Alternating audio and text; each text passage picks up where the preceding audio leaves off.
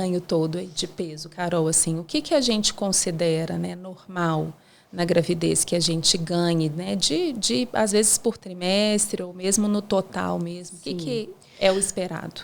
Para aquelas mulheres que engravidam dentro de um peso considerado normal, um ganho aí de 7 a 12 quilos é um ganho bom para a maioria da população. Por que eu falo isso? Porque tem gente que vai sair um pouquinho fora e não quer dizer que está errado, né? Às vezes quer dizer que precisa de uma avaliação, mas não quer dizer necessariamente que está errado.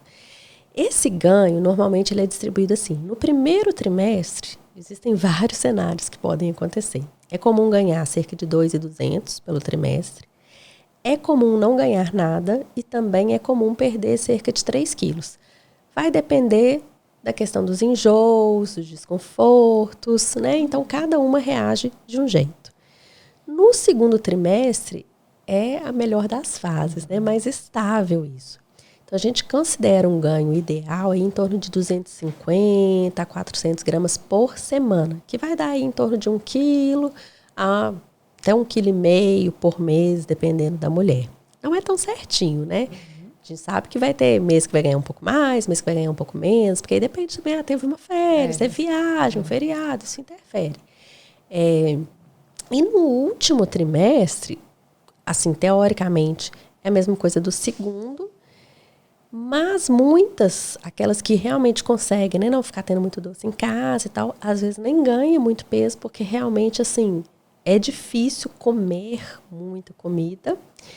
E tem aquelas que ganham muito porque fica comendo muito doce. E é perigoso, né? É perigoso porque, às vezes, sabe o que eu vejo muito isso? Não sei se vocês notam isso no consultório. Às vezes a mulher faz o exame de glicose ali entre 24 e 28 semanas. Deu ótimo o meu exame. Aí dispara comer doce depois. Como se não tivesse mais risco de desenvolver uma glicose alterada. E a gente sabe que continua tendo. Sim. Às vezes a gente tem que repetir, né? A indicação, às vezes, até no final do trimestre. Então, assim, às vezes eu mesmo falo com a médica, sabe? Eu solicito uma outra glicose aí para essa paciente, porque ela está comendo doce demais. E às vezes, não dá no exame, mas também eu tenho visto muito, né? O exame deu normal, mas o bebê está extremamente grande. Sim. Um bebê que fica todo assimétrico, né? Um bebê que tem as características do descontrole mesmo do carboidrato. Sim, né? A gente vê isso. Às vezes a gente indica até fazer, né, um controle, as glicemias capilares, mesmo quando tem algum sinal clínico, né, do bebê, né, ou de ganho de peso.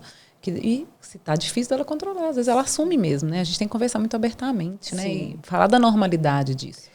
Não ignorar. Você está comendo mesmo? Está conseguindo, né, seguir a dieta? Conversar com ela, abrir, né, assim, essa margem. Não tem que ser perfeito. E a gente fazer essa pesquisa, porque às vezes ela está comendo muito, às vezes, sem nem saber que aquilo é carboidrato. Né? E o problema é que esses bebês que ficam dessa forma, isso atrapalha muito o parto, né, Carol? Assim, a gente vê que esses partos dos bebês que são maiores e que são assimétricos, eles geralmente não se posicionam super bem na pelve, né? São mulheres que às vezes têm fases latentes mais longas, elas não respondem muito bem às produções hormonais no corpo.